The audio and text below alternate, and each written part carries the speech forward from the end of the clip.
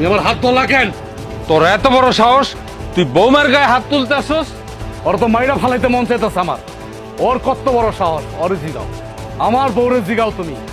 আমার বইনের ভাত, মুখের ভাত প্লেটও কাইরা নিবল কোন সাহসে? হ্যাঁ, কোন সাহসে?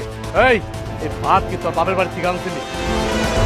তোর বাপের বাড়ি থেকে আনছিলি ভাত কাইরা নিলি যেন? এটা জিগাইলা না? কেন হাত তুলতাছে এটা জিগাইলা? জিগাও, জিগাও তোমার বউরে জিগাও। হ্যাঁ আব্বা, আমি সত্যি আপনার মায়ের মুখের কাছ থেকে খাবার কেড়ে নিচ্ছি। নিমুনা কেন করতো? ভাবি সারাটা দিন পরিশ্রম করার পরে অল্প কটা ভাত ছিল, ওইটা খাইতে বসছে।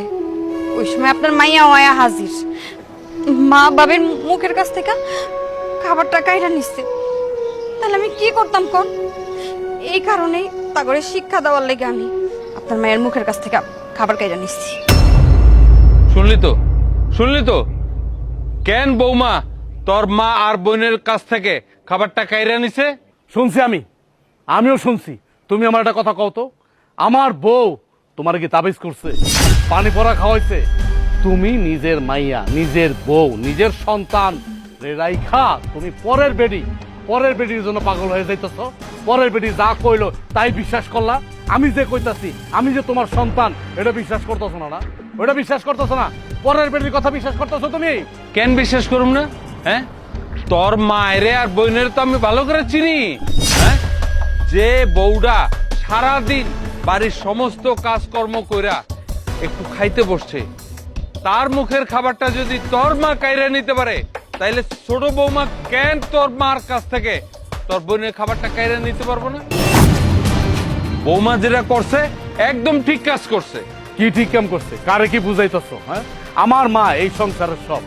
আমার মা যদি কয় সংসারের দিন তাহলে দিন, আমার মা যদি কয় সংসারের রাত তাহলে রাত। আমার মা আমার ভাবির কাছ থেকে যদি প্লেটটা কাইরা নিয়ে থাকে, খারাপ কি করছে? আমার বোন কত দূর থেকে এসে বেড়াইতে, হ্যাঁ, ক্লান্ত হয়ে গেছে, সে ভাত খাবে না?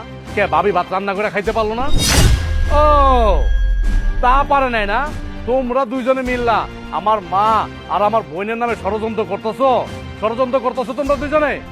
আমি বাচ্চা থাকতে এই ষড়যন্ত্র সফল হতে দিব না, কোনোদিনও দিব না। কিসের ষড়যন্ত্র করি আমরা? হ্যাঁ, কিসের ষড়যন্ত্র করি আমরা? কোনো ষড়যন্ত্র করতেছে না। ষড়যন্ত্র করতেছে তোমার মা, তোমার বোন।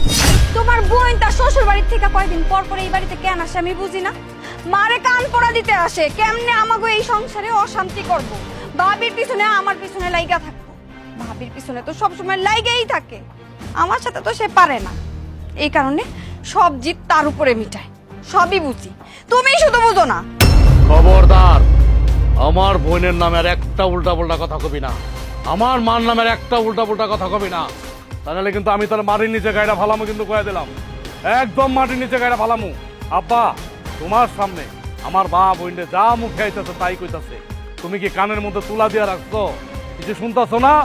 হ্যাঁ, শুনতাছি, আমি ঠিকই শুনতাছি। আরে তোর মা আর বোন যদি ভালো হইতো, তাইলে বড় বৌমার থেকে খাবারটা কাইরা নিত না। আমি বুঝা গেছি, আমার যা বোঝার বুঝা গেছি। আমি বুঝা গেছি, দল পাকাইছ, দুইজনে মিলা দল পাকাইছ। আর বড় ভাবি মিল্লা বড় ভাবিরে কান পরা দিয়া দিয়া আমার বউ নষ্ট করতে বড় ভাবিরে। আমার বুঝ সারা। তোরে আমি একটা কথা কয়ে দিতেছি, তুই যদি তোর মা আর বোনের কথা শুই না বৌমার গায়ে একদিন হাত তুলস, তাইলে তোরা এই হাত আমি ভাঙে ফেলমু। কথাটা যেন মন থাকে। পারবা তো ওইটাই, আমার হাত ভাঙতে পারবা। তোমার বউরে সাবধান করতে পারো না? ওইটা তো পারো না। আমার মার লগে, আমার বোনের লগে যেন বেয়াদবি না করে, পারবা তো ওইটাই আমার হাত ভাঙতে।